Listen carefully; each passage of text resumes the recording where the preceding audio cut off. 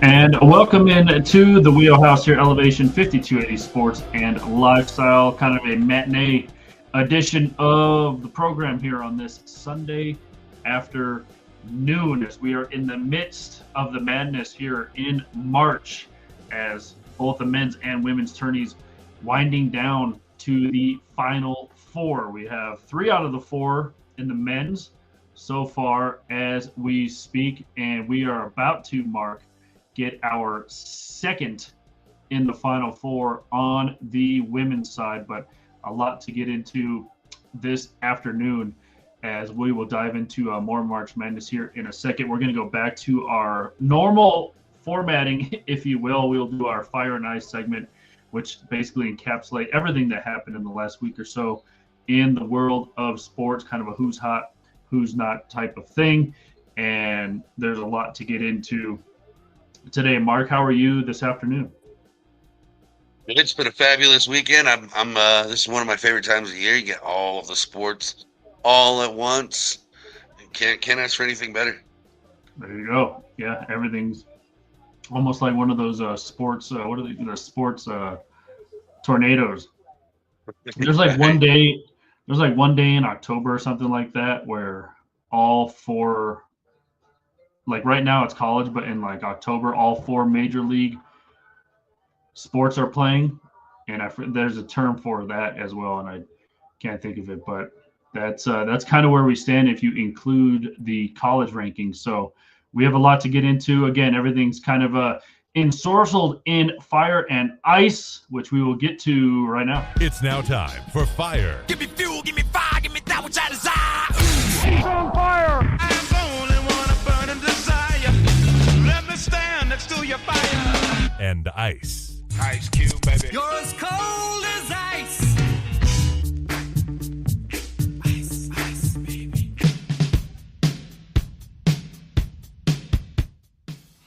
All right, if you're new to the program, kind of a who's hot, who's not, top 3 who's hot, who's not over the last week or so in the world of sports. And there is a lot to get into this afternoon. Mark, where do you want to kick it off? Kick it off with that ice list. Kicking it off with the ice list. All right, well, this happened a couple days ago, and it was kind of baffling, Mark, and we're going to kick things off here in the NBA, but the Memphis Grizzlies fired their head coach, Taylor Jenkins, with only 9 games left in the regular season. Memphis was currently sitting 4th in the West, and this was kind of a head scratcher. Some rumors, I guess, have come out that John Morant was complaining about the offense and stuff like he previously literally missed the last 6 games before the Lakers game yesterday. I guess everyone comes back to play the Lakers.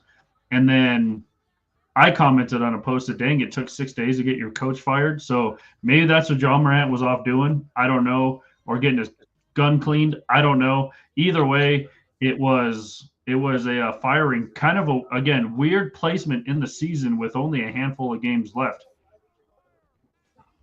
No, I agree. I mean, what did he have? 6 seasons with the team? I think, he's always kept him relevant, always kept him in. I don't agree with the call. And, then the GM, of course, has to come out and save face. Oh, there was no player input on the firing. But, the telltale signs, 9 games left in the season. At the time, they're sitting in 4th place. Playoffs lurking. The whole thing stinks to high heaven. I don't know what's going on. Yeah, 250 wins in his 5 and a quarter seasons, and 3 playoff appearances. So maybe, he's made the playoffs 50% of the time he's there. I don't know if that's a good percentage to have. I don't know what they're looking for out there in Memphis, but yeah, definitely weird timing with only a handful of games left for the Memphis Grizzlies. So they'll have an interim coach. One of their assistant coaches will be filling in for the time being until perhaps they go look for a new coach in the offseason. But again, Memphis was sitting in 4th. They now slide down to 5th because of the loss to the Los Angeles Lakers. And then, of course, OKC, Houston, Denver round out that top three. So still a close battle in the Western Conference. Through that 1 through 6, the Clippers have recently come on pretty strong, Mark, as they find themselves in the 6th seed, and we'll get to the NBA here in just a second as well. But yeah, definitely strange timing for the Grizzlies to fire their head coach. All right, moving on, Mark. I completely forgot that opening day in baseball was last weekend. I don't know if it's just because we are consumed by basketball right now, March Madness, the NBA winding down. I totally forgot until I started getting updates about about games being played. Last and I totally forgot that the Cubs and Dodgers, was it the Cubs and Dodgers? Whoever played in Japan. already a series in Japan. Yeah, didn't know that was happening. So is it me, Mark, or does baseball need to do a better job of slicing through the basketball content and putting some commercials out there saying, "Hey, baseball's starting up"? No, actually, you know what? I'm glad you brought that up because that was exactly where my head was going to. You got a baseball fan like myself. I'm always going to be on top of it no matter what's going on, but that's not everybody's case. And in my opinion, alongside the MLS, the MLB is the worst at marketing, the absolute worst. They still have blackouts in 2025, like it's 1975, and the only way they know how to market is if somebody is wearing blue and white and has the last name Otani. It's absolutely atrocious. And no, I agree. I think it's completely a marketing failure every year with the MLB, and I think Manfred is the worst commissioner ever. So it's been I guess a slow start for, like you said, you're a baseball fan. I'm a baseball fan. Slow start for us anyway.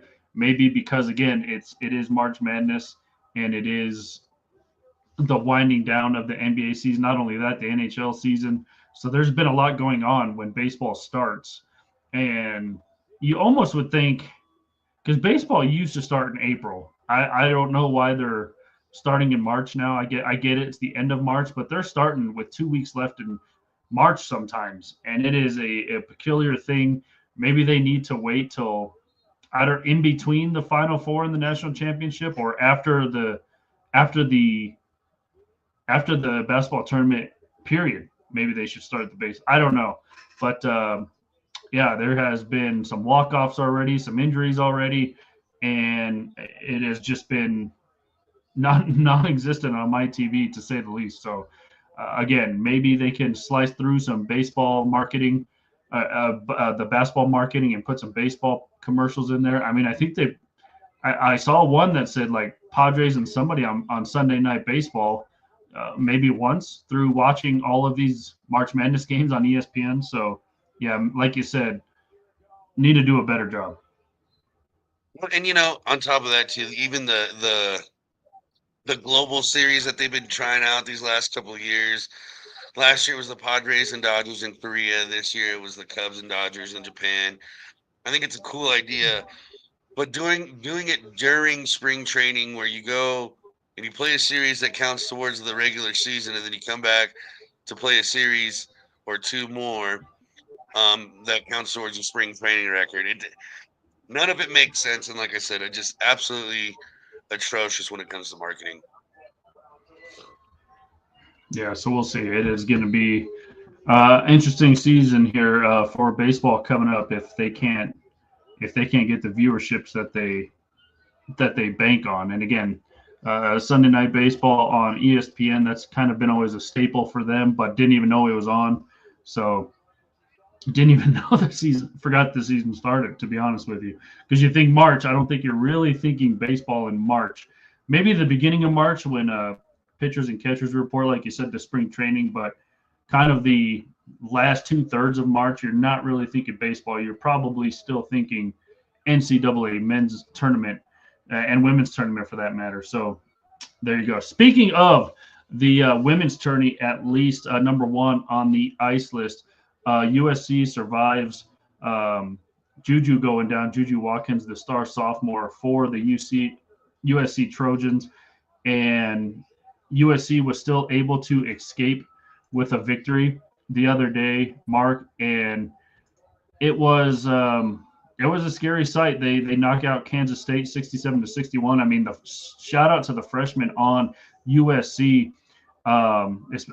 Avery Howell, one of those freshmen, combined for 45 points to get the dub for the USC Trojans as they find themselves in the Elite Eight, as they will take on number 2 UConn. That's going to be a good one tomorrow night. USC and UConn. Paige Buckets went off for 40 yesterday, so that's going to be fun to watch. Can they overcome another game without Juju? But again, cool. It was cool to see USC wear the Juju shirts coming out of the tunnel.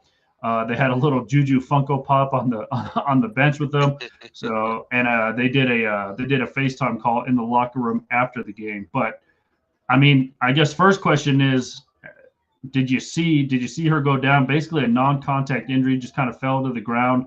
And number 2, I guess, how far can USC go without her, and can they win without her?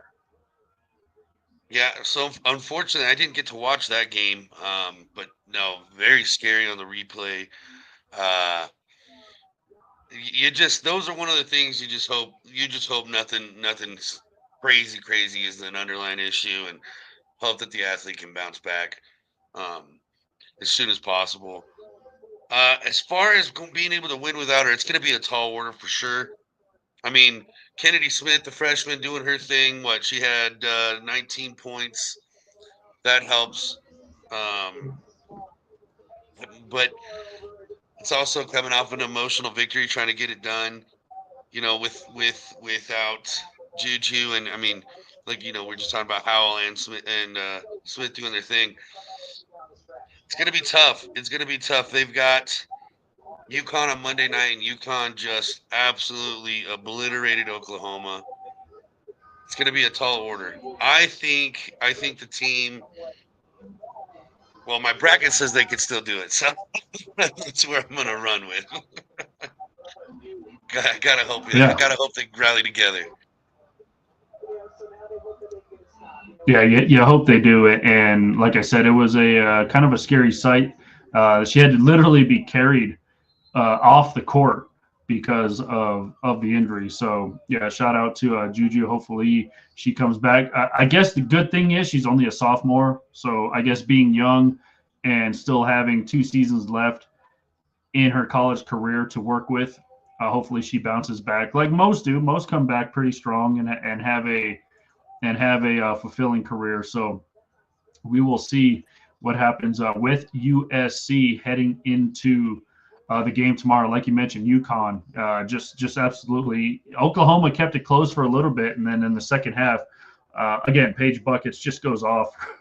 She dropped a 40-piece on them. I think 26 of those points, Mark, in the second half. So it was incredible to watch. She just couldn't miss, and so yeah, we will see what happens with the UConn and USC game tomorrow night, fighting for a spot in the NCAA Final Four on the women's side. Right now, as we speak, UCLA is battling with LSU.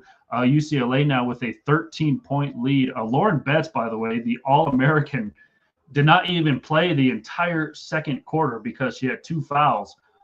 And I don't know if LSU was ready for her to come back in the second half, but UCLA has now taken command of that game. Just under 5 minutes to go in that game. Kim Mulkey once again wearing a nice sequence little pantsuit and with some flowers on it. So she's rocking her. Gotta love when that starts when you open a tab. God, I love it. But anyway, yeah, UCLA battling LSU right now. LSU just coming off a national championship about 2 years ago. So it will be interesting to see the final of that game. Question for you, Mark. I mean, have you been? I always get this. You watching more men's or women's? You know what? This weekend I watched more women's than I did men's. Last weekend I think I watched more men's than women's. It depends on the matchups. I'm more of a matchup chaser. I'm a sucker for some of those where I think it's going to be a great upset or something where I think it's going to be a defensive game. And like I said, this weekend I don't think maybe I watched a couple minutes of the second half with Bama and Duke, but I mean that's pretty much about it. Once I really saw Duke was in control, I was kind of done with it. Yeah, yeah, and LSU just goes on a mini run. They cut the lead to 5 for UCLA. While that's going on, let's switch over to our fire list here. And again, we mentioned baseball just a few minutes ago. By the way, yeah, Aaron Judge is still pretty good at hitting baseballs. I don't know if you've if you've seen this, but he's already got. I mean, but hold on, let me get to this first. Did you see the quote unquote new bats they were using? I Everyone's have. saying they're cheating. Everyone's saying they're cheating. Everyone's saying it's illegal. I mean, I'm sure that I'm sure that whoever the powers that be would know that they had maybe illegal bats in their locker room, in their dugout. I mean, what is your take on that, real quick? So actually, I had to dive deep into it because I wanted to know what the what the hell was going on in New York. Um, so I guess it started back during spring training. Cody Bellinger ended up getting with somebody who recognized his swing, and they were like, "Well, hey, this is where your swing. This is your swing path. If we move the barrel down a little bit, the meat of the bat will be right in the middle of your swing path. You'll get all of the ball." So they tried it, and he ended up killing it. It ended up working.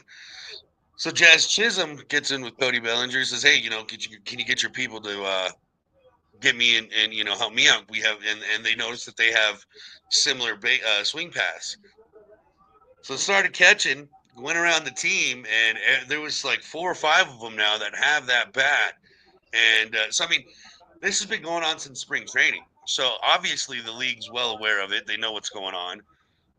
So I don't think it's illegal. It's kind of ingenious. I mean, Cody Bellinger making a splash in his new team with not only a hot batting start, but helping out his teammates find their bats again. So that's kind of crazy when I was learning about that. Yeah, and we mentioned Aaron Judge. He has 4 home runs. He's tied for the MLB lead right now with Suarez in Arizona. But the difference is Judge has 4 home runs and 7 at bats. And how about the aforementioned Jazz Chisholm, 3 home runs? So you have 2 Yankees in the top 3 of home runs so far this season. I get it. We're only 2.5 games in, pretty much, but the bat allegations already for the for the Yankees. Hey, they're maybe using the Patriot way. You lose a Super Bowl, you got to go out and find creative ways to come back stronger the next season. But Aaron Judge killing it already. By the way, 11 RBIs, which leads the I almost said American, the National League, which means leads the majors in RBIs so far. So they're just trying something new, I guess. Well, I mean, and they had they went by a couple touchdowns yesterday against Oh, the yeah, Brewers. Was it 20-9? Yeah, a couple field goals for the Brewers, but that was it. That's right. Yeah, I couldn't find their way into the end zone. So there you go. So all rise for Aaron Judge and the new bats the New York Yankees are using. And I haven't seen too many with beards yet, Mark. The facial hair ban has been lifted. Haven't seen too many rocking much on the face, but maybe it'll come. Maybe it'll come. We don't know yet. Still a long season They got to to go. test the waters. Yeah. I did see someone with a neatly groomed mustache. I don't know if that counts, but Right. there you go. All right, number 2 on the fire list, Mark, here. I don't know if anyone's aware, but there is a potential history mark to be made in the National Hockey League, Mark, and that is Alexander Ovechkin. I love how they're calling it the Great Chase, and they're using his number 8 in the word great. If you're a pun fan, you just love it. But even when you use the hashtag on Twitter, Mark, Great Chase, it even has a Alexander Ovechkin like little icon next to it. That's cool. So this has been this has become a huge, huge deal. As not only is Ovechkin chasing that, but the uh, the Washington Capitals are doing very well in the Eastern Conference. So keep an eye on them as Alexander Ovechkin chasing Wayne Gretzky for the most goals scored. He is only 5 away now, Mark, from tying Wayne Gretzky. So he must have scored today because just hours ago he was only 6 away. So he perhaps have scored today. Wayne Gretzky sitting at 1487. 1,487 goals is the most ever scored in the National Hockey League. And Alexander Ovechkin right behind him with 1482. So he is 5 away from tying, 6 away. Maybe that's what they meant. 6 away from breaking his all-time record. Only 8 games left in the season, Mark. Now the question becomes, can he do it? 6 goals in 8 games. Yeah, I mean, I'm just looking at them up now. So they're losing 6-3 against Buffalo, with most of the third left, and he's got an assist today. No goals as of right now. So did he score yesterday then? They must have meant he's 6 away from breaking the record, but he's only 5 away from tying it. Gotcha. Okay, but yeah, so I don't know. It's kind of crazy because to be honest, what we were talking about this a month or two ago, and I thought, oh yeah, he's gonna get that done with time to spare. Now we're trickling in. What do we got? 10 games, 8 games left, whatever it is. Now it's everybody's kind of getting nervous. I don't think there's one person out there that doesn't want Ovi to do it. It's crazy. I think he will do it, but this is becoming a little bit more dramatic than I thought it was. Like I said, I thought at this point of the year he'd have done broke it, and we'd have been looking at history in the making of how many more he could score before the end of the year.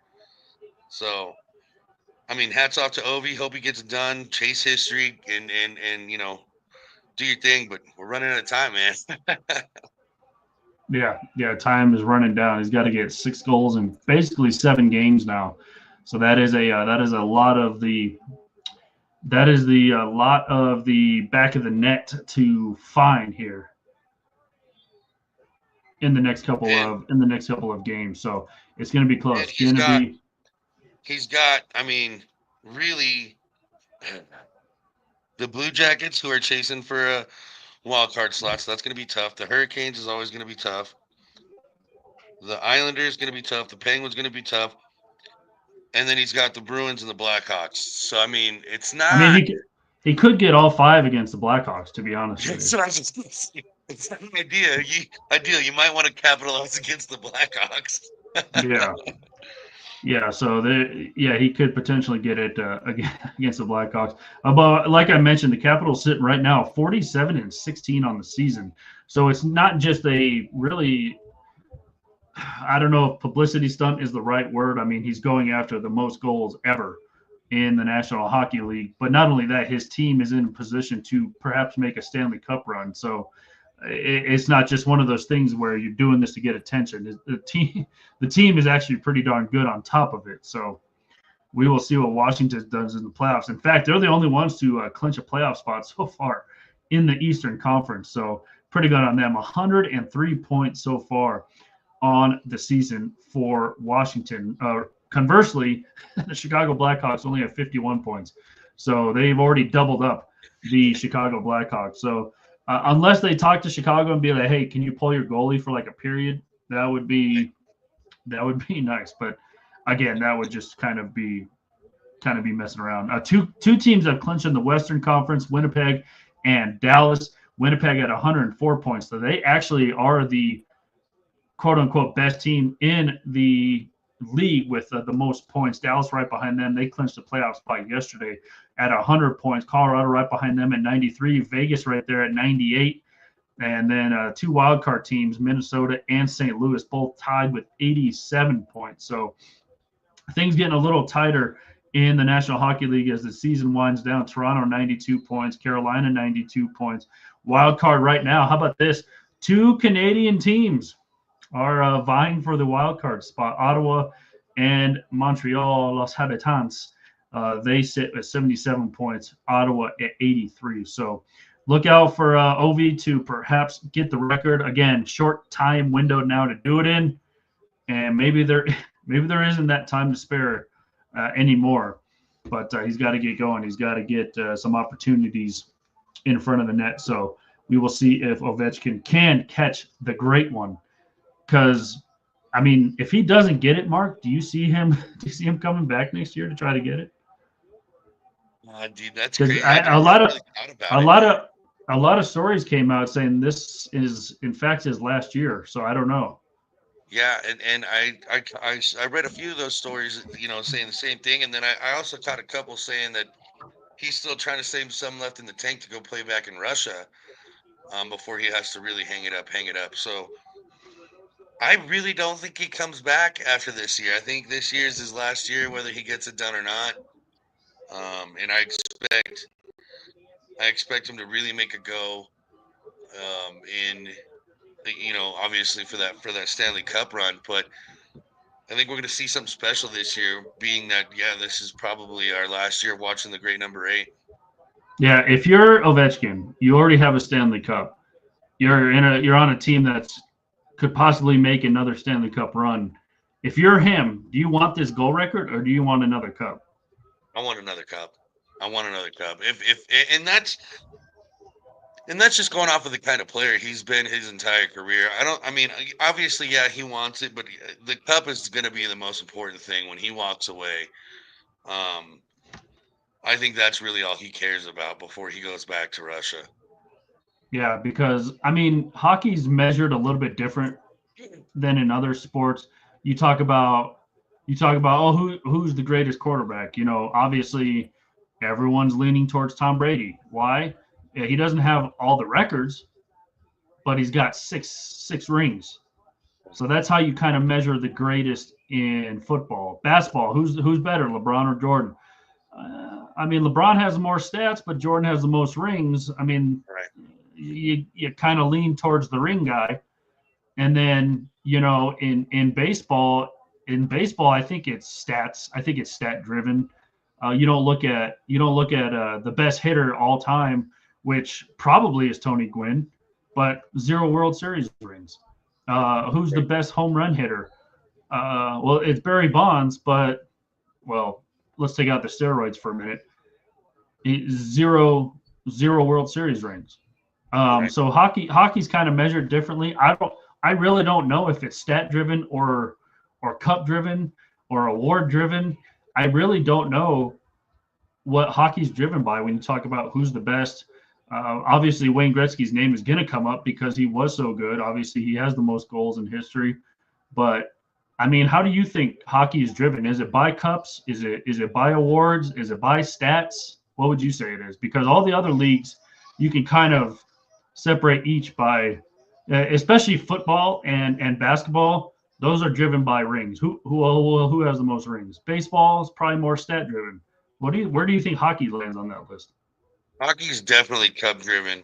Kind of watching and reading some of the articles of some of these American born players that go and play in Canada, who kind of get like a go to school type of lesson where they'll get the puck in certain areas and they'll shoot and they'll score, and their own fans aren't happy with them. Oh, you should have passed. Oh, you should have done this. So definitely it's cup driven in my opinion, just reading some of those stories.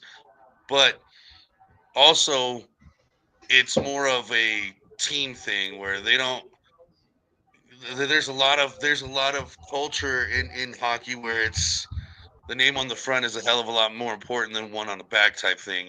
And I think that being that it's cup driven, and nothing matters but the final win at the end of the year. I think that's exactly the mentality that Ovi has, if that makes sense. Yeah. So we'll see what he's really driven by here the last handful of games in the season. I'm sure 2 Stanley Cups and the league history leader in goals will look nice next to your resume.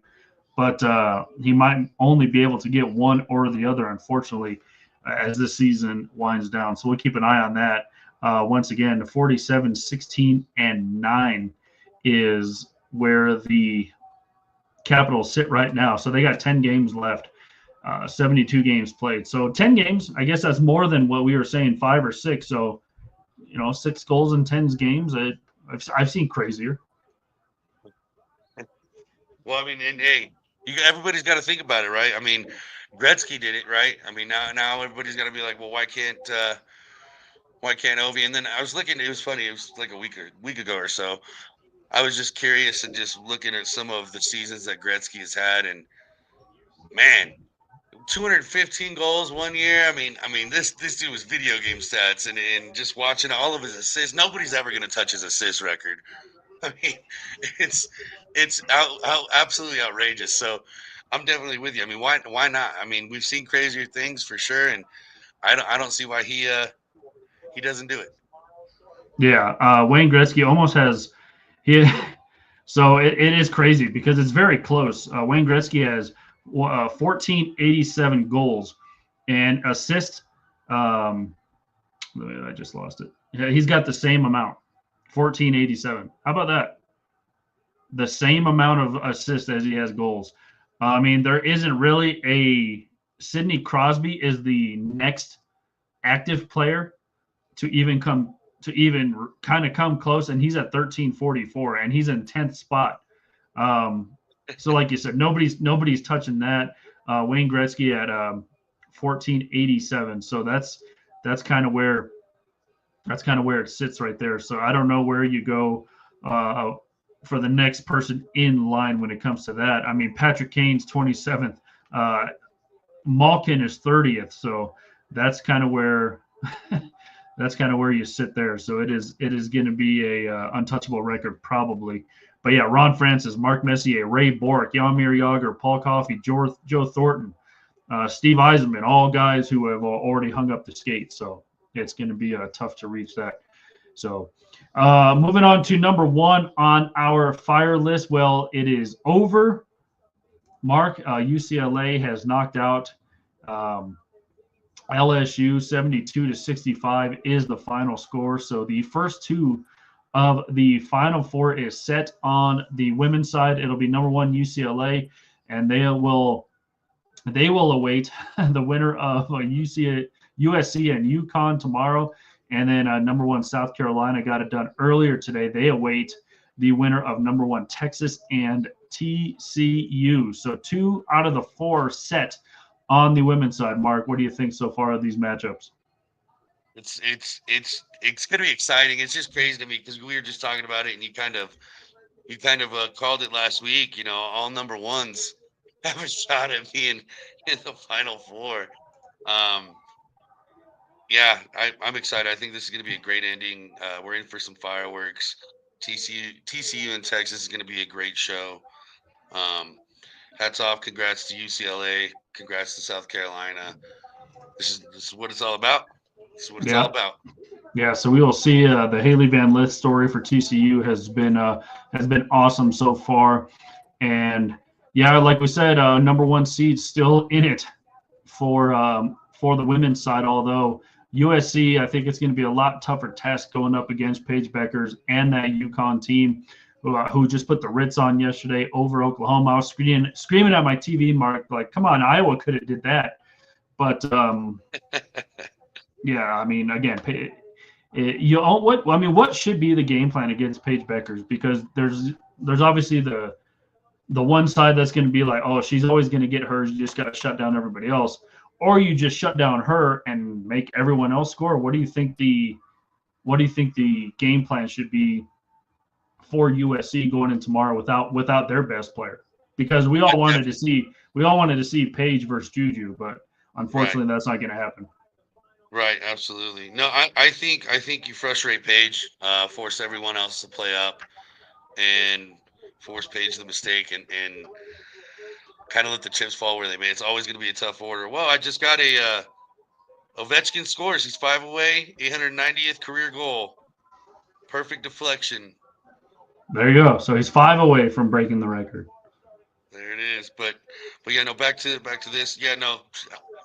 You gotta when you're playing a team like that, you have to frustrate the stars and force everybody else to play up. In my opinion.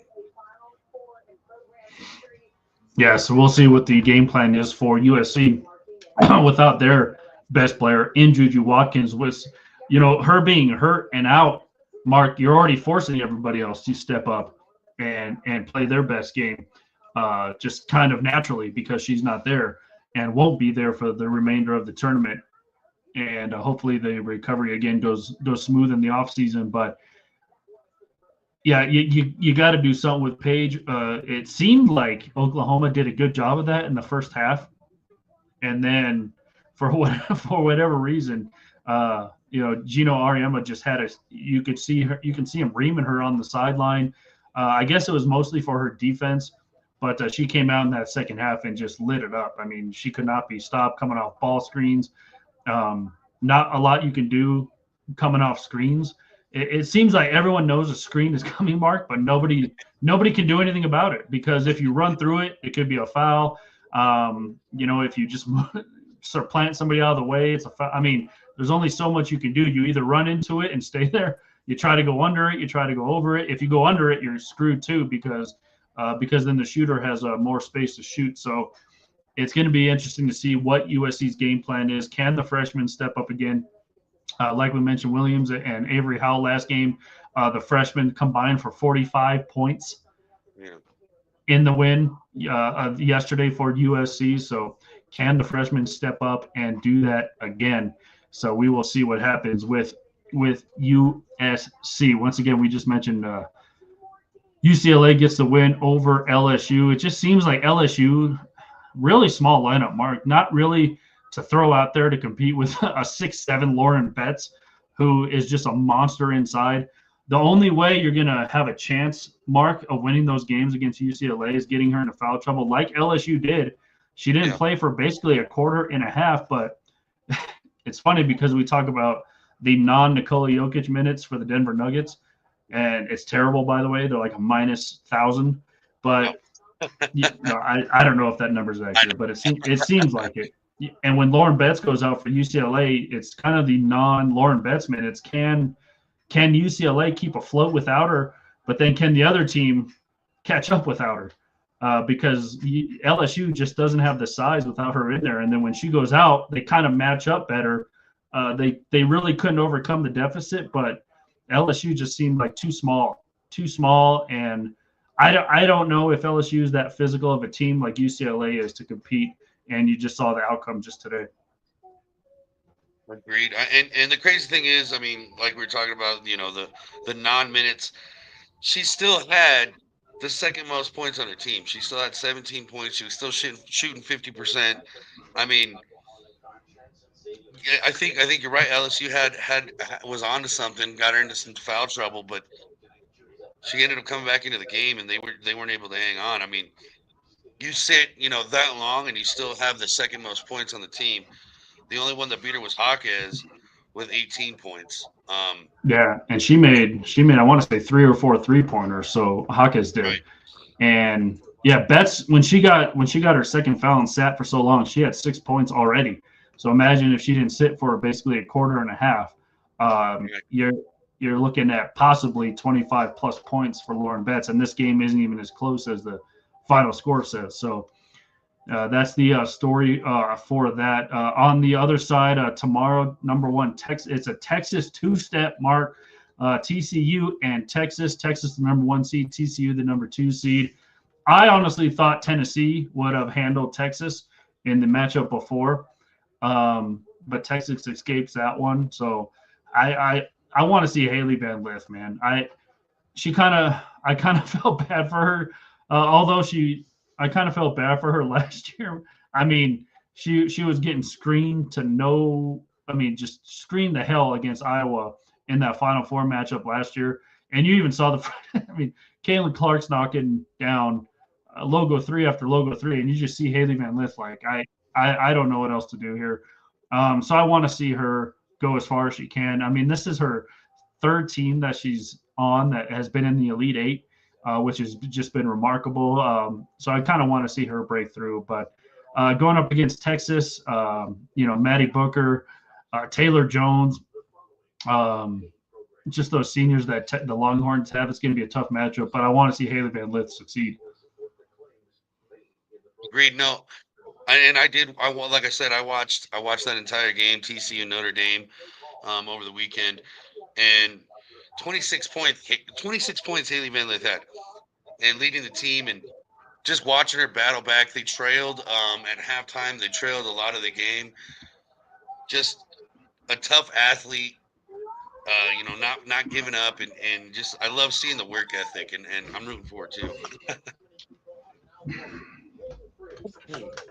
Yeah, so that's going to be an interesting matchup for Texas and TCU. So we will see who breaks through on that side. And we just talked about USC UConn. So those are the next two teams that'll go down tomorrow evening at 5 o'clock and 7 o'clock Mountain Time. Those games will start. So 9 o'clock Eastern, 7 o'clock Eastern for both of those teams coming up here tomorrow. But two of the four, once again, are in the Final Four. UCLA and South Carolina still a chance, like we mentioned, for those number one seeds to get in. All right, on the men's side, Mark, we have 3 out of the 4 in the Final Four. Florida escapes. We just talked about it. Texas Tech yesterday, 84-79. The Rebels just didn't have enough there for Texas Tech. Is that even their name? I don't even know if that's their name. But Texas Tech Rebels. Okay, I questioned myself there for a minute, but in one of the brackets, I picked Florida to win it all, and they're scaring me because they're just getting by teams. But it is kind of the time mark where the cream of the kind of rises to the top here in the NCAA tournament. You could be down by 12, and just the better team is more often than not going to come out on top. So again, Florida knocks off Texas Tech yesterday, and then Duke. Alabama kept it close for a little bit of time, just a little bit, and then Duke just went off in that kind of towards the end of the third quarter into the fourth quarter. You just saw the presence of Cooper Flag just be a difference maker for Duke, and it's crazy to see him at whatever age he is, 18 years old. It's just crazy to think that he was on the Olympic practice. I mean, he was practicing against the USA team that just won the gold medal in Paris, Mark. So that's the kind of stuff that he's made of. He's going to be the number 1 draft pick next year. Sorry that you have to go to like New Orleans or somewhere, but it is or Utah. It's probably Utah has the word. We'll probably have an NBA draft special night here on the network, so we will see where Cooper Flag. But I'm sorry if you have to go to Utah. Duke just pulled away. Road. So yeah, tough road to get there. And then Houston just won a little bit ago over Tennessee, 69-50, and there is a chance that all number 1 seeds can make it to the Final Four in the men's bracket as well, as Auburn and Michigan State getting ready to kick things off here. Yeah, Auburn up 23-15 right now, and I predict that Auburn is going to kind of run away with that. Going back to the Cooper Flag, Cooper's the truth, like you said. I mean, his resume speaks for itself. Only a freshman, and obviously dominating this tournament. Houston doing their thing. It scared me because I did pick Houston to go to the Final Four, and Tennessee was right there on their heels. Tennessee showed out way better than I would have given them credit for. I didn't think it was going to be a blowout, but I didn't think it was going to be that close either. My pick is still alive. I picked Duke to win it all. So hopefully, like I said, the only thing on my Final Four that is definitely wrong was my St. John's pick. So, hopefully the rest win. Yeah, you got to hope for that. By the way, nobody on our network is even in the top 26 in our network bracket. So some random dude who probably saw this on Twitter is going to win.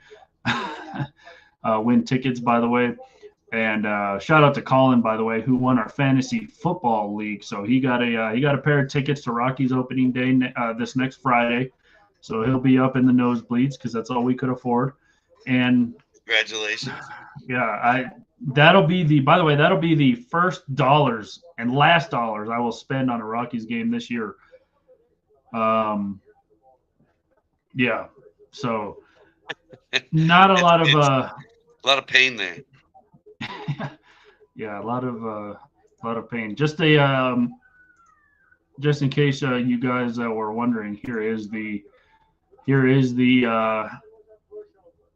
bracket madness. How about that, Mark? I'm 235th. I think there's 235 people in it, so not looking good. Not looking good. But yeah, you have a bunch of Floridas, Auburn's, Duke, Houston, Houston. So there's a lot in there. How about right here, Mark? This is that's father right there. Yep. So he's sitting in 17th right now. Pretty good. Not But bad. yeah, nobody on the network. I don't know what happened to Matt's picks. He was first last week. Has since fallen off, and yeah, not sure where he landed, but yeah, not even in the top 50 as it sits right now. So as you can see, just yeah, all the Dukes are rising to the top. But yeah, at least your pick is still alive. It is, and I'm in 50th place myself. It kind of hurt though because I went from 14th to 50th. So. Yeah, yeah. It's gonna be interesting. St. John's really screwed me. Yep, and so did Memphis, and so did Clemson. See, I didn't have them going too far anyway. I mean, I didn't even have Colorado State winning that first one. So, yeah, thank you to St. John's once again. Auburn, Michigan State battling it out right now. About 5 minutes left in the first half. Again, Auburn leads it 25-17. Trip to the Final Four on the line for Auburn. So you could potentially, Mark, have two SEC teams in the Final Four if Auburn makes it.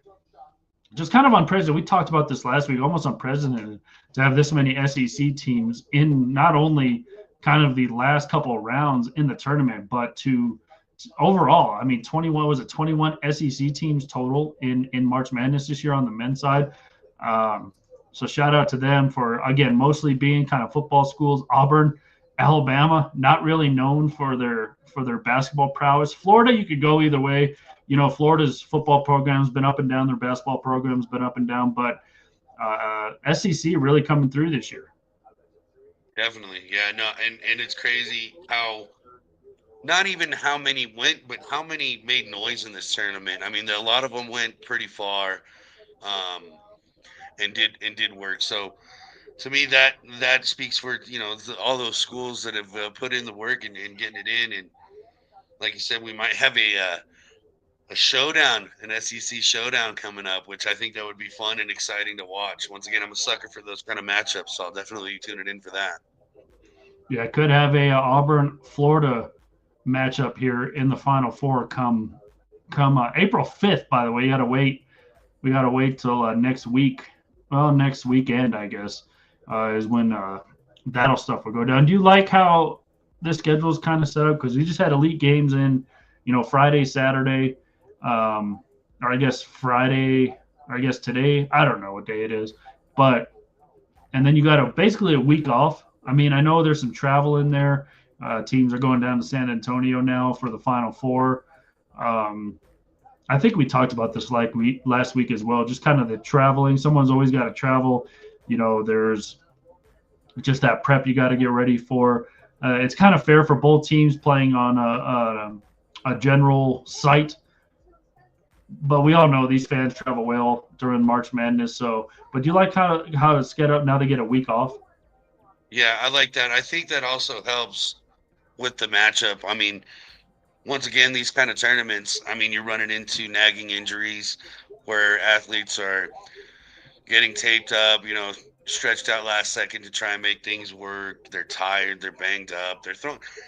It's a winner go home tournament, right? So I mean, you're throwing everything out there on the floor every minute, every day.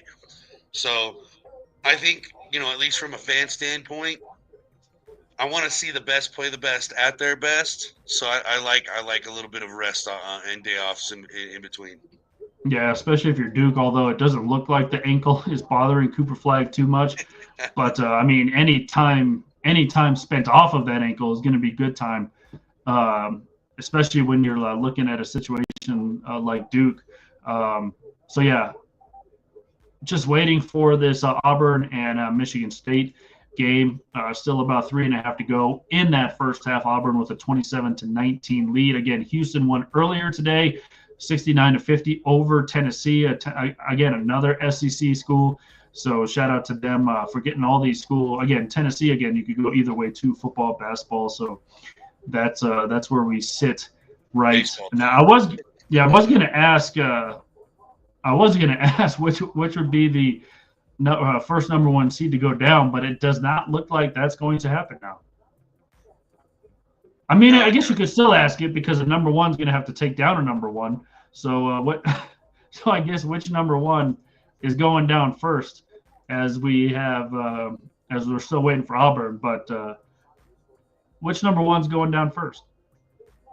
I think Florida will be the first one down, and I think they lose to Auburn. I think they lose to Auburn. With them missing their chance to punch their ticket into the final. I would agree with that normally, but I have Florida in another bracket. So, but I am scared. Again, I am scared because they're barely squeaking by folks here. I mean, they obviously got by Norfolk State pretty easily in the first round. Just got by UConn 77-75. They beat Maryland by 16, but it was a way closer game than that. And then they just beat Texas Tech by 5 points. So I'm scared. I'm scared for that pick as well. But Final Four is still intact, and that's all you can hope for at this point. Yeah. And, those kind of games, I wonder, especially for a school like Florida, who's kind of – I mean, they've been thirsty for greatness for years now. And I wonder how mentally – challenging that could be when you have an emotional victory, barely winning, and then having to come out and show out and do it all over again. And that's part of the reason why I'm picking Auburn and I picked Auburn on my bracket. That's got to take its toll, right? You got to think it's got to take its toll of how many times you have to go back to the well to make this happen. You know what I mean? Yeah. Yeah, so we'll see what happens here in at about an hour or so with Auburn and Michigan State, and then the Final Four will be set. And some of those games will happen next time we reconvene here next week, as those games will go down next Saturday. So we'll be here to talk about who's in the national championship. So fun times. Like I said, favorite time of year. Excited. Love this time of year. There you go. But that is going to do it for us here on the Wheelhouse. Thank you for listening, tuning in. Don't forget to like and subscribe to all of our social media pages, and subscribe to our YouTube, Spotify, Apple Podcast, Amazon Music, wherever you get your podcast. Don't forget to go to our home base as well, e5280sports.com, where all of the on-demand shows are up there as well. And Mark, thank you once again for sitting in. Always a blast. Thanks again for having me. All right. Until next week, we will talk to you then.